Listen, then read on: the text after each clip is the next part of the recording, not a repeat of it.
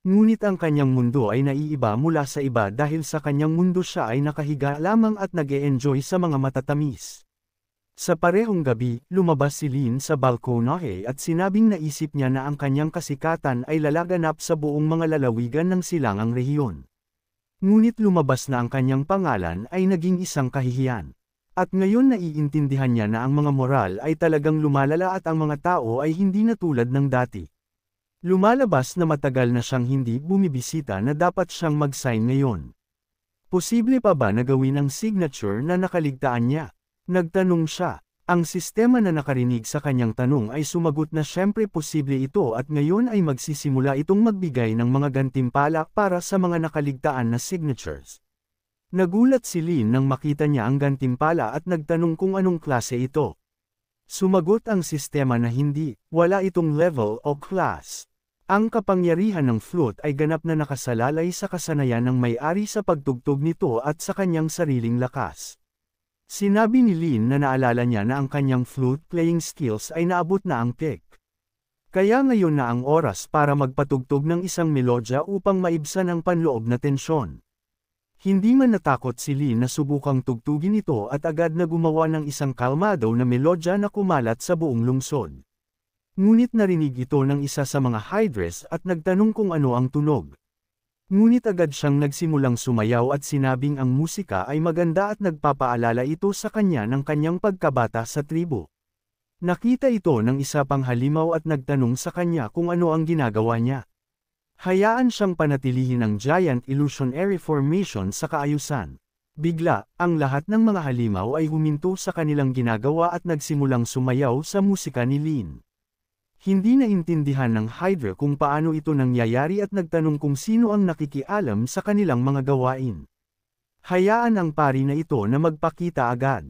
Ngunit hindi rin napigilan ng Hydra ang pakikinig sa ganoong musika at paglapit sa iba ay nagsimulang magpakita ng mga sayaw moves. Nagising din si Elder D at sinabing nahulog lang siya sa isang bitag. Pagkatapos ng lahat, hindi siya natulog sa loob ng ilang 10,000 taon. Kaya sino ang nagdala sa kanya sa ganoong nakakabighaning panaginip? Sumugod si D sa silid ng kanyang assistant at sumigaw para sa kanya na magising ng mabilis. Nakaupo si Miao sa kanyang kama na nakapikit ang kanyang mga mata sa oras na iyon. Lumapit si D sa kanya at hinawakan ang kanyang ulo gamit ang kanyang teknik upang gisingin siya. Agad na binuksan ni Miao ang kanyang mga mata pagkatapos noon at nagtanong sa kanyang uncle kung ano ang ginagawa niya dito. Agad na sinabi ni D sa kanya na sila ay nalinlang. Nagtanong si Miao nang may pagtataka, na-trap ba sila? At naramdaman niya na ayaw niyang magising.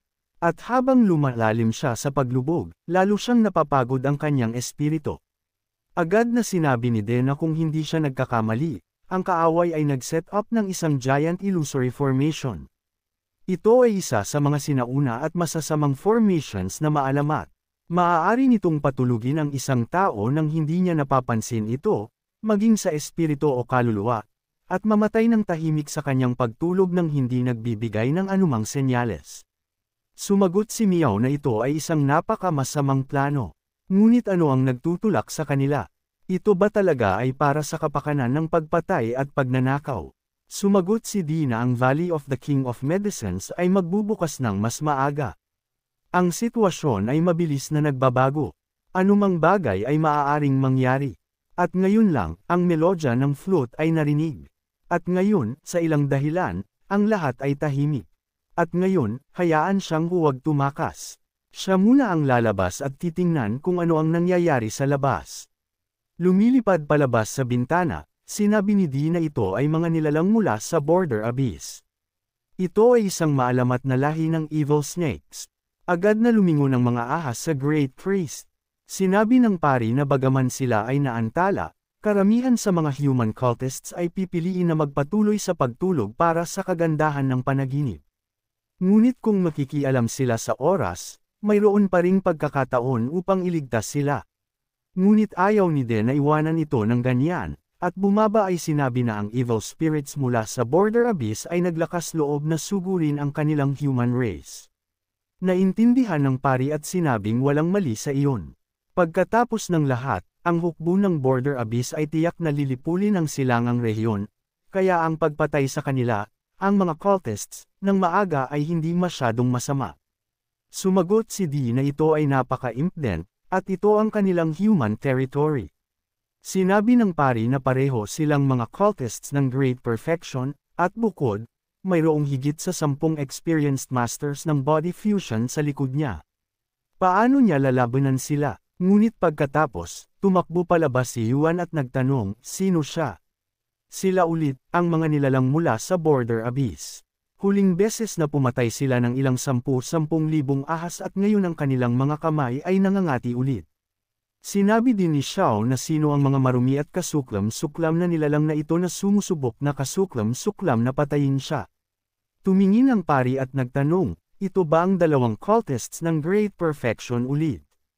Agad na nakaramdam si Dee ng isang malakas na presyon, at hindi ito katulad ng aura ng isang Great Perfection cultist kahit kaunti. Ngunit ang pinakamahalaga, saan nagmula ang kakaibang pagiging pamilyar na ito? Nagtanong ang ahas sa pari kung ano ang dapat nilang gawin. Ang kaaway ay may 3 cultists ng Great Perfection. Sinabi ng pari sa kanya na huwag magpanik at i-redirect ang lahat ng kanilang kapangyarihan sa kanya agad. Nagsimulang tumanggap ang pari ng isang daloy ng enerhiya at sinabi na sa kapangyarihan ng kanyang buto ng kadiliman, magkakaroon ng instant pagkawala ng walang bakas. Nakita ito ni Yuan at sinabing masama ang mga bagay. Aalis na sila, ngunit ayaw ni Dee na iwanan sila at sumigaw sa kanila na huwag umasa doon. Ngunit sinabi ng pari sa kanila na wala itong silbi. Ang staff na ito ay isang sagradong artifact na minsang ibinigay sa kanya ng chief ng kanilang clan. Kahit na ang mga cultists ng Free Trials Fracture level ay halos hindi ito mahawakan. Nakita ni Yuan sila na dahan daw ang nawawala at sinabing ang flute melody na ito ay kahit papaano ay nagparamdam sa kanya ng isang hindi mapigil ang pag-uudyok na sumayaw. Naisip din ni Xiao sandali at hindi maintindihan kung saan nagmumula ang ganoong melodya. Nagsimula ring mawala ang kanyang sarili ang pari dahil ulit ang sumpal na tunog ng flute na ito ay nalilito siya. Nagsimula silang sumayaw ng magkasama. Kaya't inilagay pa niya ang kanyang staff sa tabi at hiniling sa mga tao na tumigil sa paggawa nito. Hindi rin alam ni Xiao kung ano ang ginagawa niya at hindi naintindihan kung paano ito nangyayari. Nagtanong si Yuan, provoke ba niya sila? Ngunit tumingin si De sa bintana ng silid at sumagot na ito ay lahat dahil sa flute na iyon.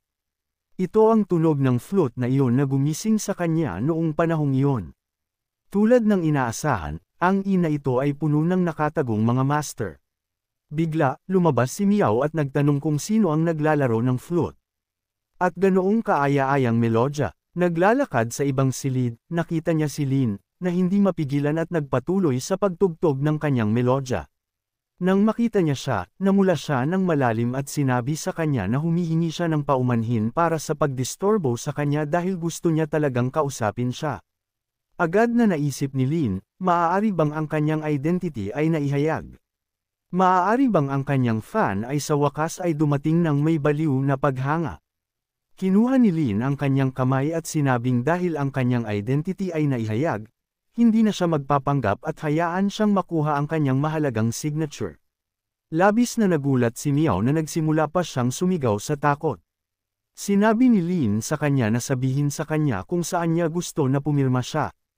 Namula si Miao ng malalim sa sandaling iyon at naisip, ano ang mali sa lalaki na ito? At bakit niya siya dinala sa kanyang silid ng walang dahilan at kakaiba pa ring ipinipilit na makuha niya ang kanyang autograph? Ano ang dapat niyang gawin ngayon? Nagtanong si Miao sa master na hayaan siyang umalis. Nagkamali siya. Ayaw niya kahit kaunti ng kanyang autograph. Hindi rin naintindihan ni Lin at nagtanong sa kanya kung ano ang ibig niyang sabihin. Hindi ba niya gusto ang kanyang autograph? Kung gayon bakit siya nakatayo sa pintuan ng kanyang silid? Nagpakilala si Miao sa kanyang sarili at sinabing naakit lang siya ng tunog ng kanyang flute. Kaya huminto siya sa pintuan ng kanyang silid. Hindi niya inaasahan na didisturbuhin siya habang naglalaro siya. Kaya hindi niya talaga kilala siya at ayaw niya kahit kaunti ng kanyang autograph. At marahil maaari niyang malaman ang kanyang pangalan. Sikat ba siya sa buong silangang rehiyon at siya lang ang isang batang babae ay hindi lang nakakaalam. Sumagot si Lin na naintindihan niya ang lahat at masyado siyang mapanghimasok at siya ay mula sa isang desert area. Tungkol sa kasikatan, sa tingin niya ito ay medyo maganda. Nagulat si Mia na ang lalaki ay mula sa desert area. Sumagot si Lin na ang lahat ay ganoon at nagtanong, ano ang mali sa iyon? Sumagot si Miao na mayroon talaga siyang masamang opinyon tungkol sa desert region noon. Sinabi ng mga nakatatanda na ito ay isang backward at mahirap na lupa, ang pinaka hindi kapansin-pansin na rehiyon ng Eastern Dimension kung saan halos walang solong Hashang Master ang maaaring lumitaw. Ngunit ngayon, sa paglitaw ng Swanky Zhang, ang kanyang pag-unawa sa desert region ay nagbago ng malaki. Bigla siyang napagtanto na ang lugar na ito ay lubos na underestimated, nagtanong si Lin. Kaya ngayon ang kanyang impresyon sa desert area ay bumuti. Sumagot si Miao, hindi, mas masahol pa. Ang Peak Lord Piao ng Xuanzong ay gumagamit ng kanyang mataas na lakas upang gawin ang lahat ng uri ng kasamaan. Kamakailan, siya at ang kanyang mga disciples ay nagnanakaw sa mga Dao Masters sa Wu. Maging siya at si Uncle Fan ay naging mga biktima niya. Ang Great Virtual Immortal ng Free Trials Breakthrough Level. Gayunpaman, kumikilos siya ng napaka-mababa at kasuklam-suklam, isang tunay na kahihiyan sa Eastern Dimension at sa Cultivation World. Nagsimulang tumawa si Lin at hindi man lang makahinto. Lumingon si Lin sa kanya at sinabing sa tingin niya ay may tiyak na ilang hindi pagkakaunawaan. Sa kanilang desert land, si Yajun ang tanging perpektong lalaki ng kanyang uri. Hindi lamang siya malakas at may walang kamalian na karakter, ngunit mayroon din siyang ganoong perpektong mukha ng walang solong kapintasan na maging siya, isang lalaki, ay halos umibig. Ang ganoong natitirang lalaki ay hindi maaaring gumawa ng ganoong masasamang gawain. Ito ay simpleng imposible, hindi ito mangyayari. Nagtanong si Miao sa master. Walang ibang tao dito, maaari siyang makipag-usap sa kanya ng tapat. Hindi na kailangang mag-alala na ang kanyang mga salita ay lalabas at maging sanhi ng paghihiganti ng white-haired old devil. Sinabi ni Lin sa batang babae na mayroon siyang napakamayaman na imahinasyon. Sumagot si Miao na si Ye Junlin ay pinipilit ang mga tao ng desert region, pinipilit siyang magsabi ng mga bagay na salungat sa katotohanan. Sa katunayan, ang takot sa white-haired old devil ay nasa kanyang dugo. At marahil ay nabubuhay siya ng isang napaka-mahirap na buhay. At huwag matakot, ang hustisya ay tatalo sa kasamaan maaga o huli.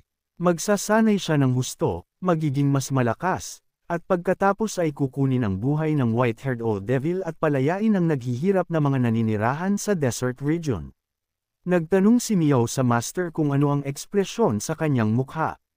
Nagkamali ba siya? Sumagot si Lin na nagkamali siya at hayaan siyang maghintay dahil naniniwala siya sa kanya ng lubos, ngunit kailangan niyang talunin si Junling at iligtas ang desert region. Sinabi ni Miao sa master na huwag mag-alala kaya niya ito. Naramdaman niya si Uncle Fan na nakatayo sa labas ng pintuan. Nang lumabas siya, sinabi niya sa kanyang uncle na nandito siya. Nagtanong siya kung bakit siya tumakbo dito. Hindi ba niya siya tinatanong na manatiling tahimik sa silid? Sumagot si Miao na mas maaga narinig niya ang isang taong naglalaro ng flute. Ang melodya ay napakakaaya-aya, kaya sinundan niya ang pinagmulan nito at natapos dito. Nagtanong si De, ano ang ibig niyang sabihin na natagpuan niya ang naglaro ng flute? Tinawag ni Miao si Ling at sumagot na siya ang naglalaro ng flute. Sinabi ni Di sa master na hinahangaan niya ang kanyang mga kakayahan. Tumugon si Lin nang may pasasalamat at sinabing ito ay isa lamang sa kanyang signature moves. Ngunit pagkatapos ay tumakbo ang mga lalaki at lumingon sa guro. Agad siyang hinarap ni Lin upang hindi niya ihayag ang kanyang sarili, ngunit tawagin lamang siyang Brother Y. Sinabi ni Xiao kay Brother Ya na ang mga problema sa labas ay nalutas na. Agad siyang napansin ni Miao at nakita na siya ay kasing ganda ng isang fairy mismo. Nagtanong siya, sino ang dalawang ito? Sumagot si Lin na ang isa sa pula ay si Xiao at ang isa na may kutsilyo ay si Yu Yang. Agad na nagtaka si Xiao kung sino ang sinusuway ng guro ulit. Bakit tawagin siya ng ganoong kasuklam-suklam na mga pangalan? Nagpakilala din si Yu Yang sa kanyang sarili, ngunit napansin ni Miao si Xiao sa sandaling iyon, ngunit hindi niya nagustuhan ang kanyang pangalan. Sinabi ni Miao na natutuwa siyang makilala silang dalawa. Pagkatapos hindi niya sila pipigilan. Hindi naintindihan ni Yuan sa una at lumingon sa guro. Sinabi ni Lin na sa tingin niya, ang mga pekeng ito ay gagawa ng iba pang bagay. Mas mahusay na huwag magkalat ng anumang impormasyon sa mga darating na araw upang hindi matakot ang kaaway. Agad na sinabi ni Yuan sa guro na siya ay matalino. Nakita ni Xiao na ang lalaki na ito ay sumisipsip din tulad ng maliit na puting daga na iyon. At gayon paman, bakit siya dapat tawagin na Wang Suihua? Sinasabi ni De sa oras na ito na si Mr. Wai ay talagang kahanga-hanga.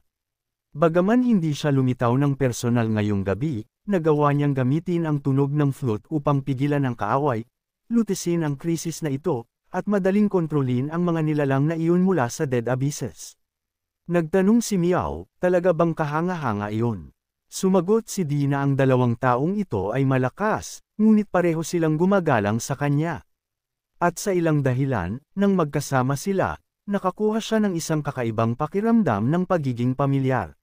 Sa pangkalahatan, ang mga taong ito ay naglalabas ng isang bagay na hindi pangkaraniwan. Mas mahusay silang maging maingat at hayaan si Miao na magpahinga ng mabilis. Ang Valley of the King of Herbs ay malapit ng magbukas. Like, comment, share, and subscribe naman dyan mga itudo. Maraming salamat po.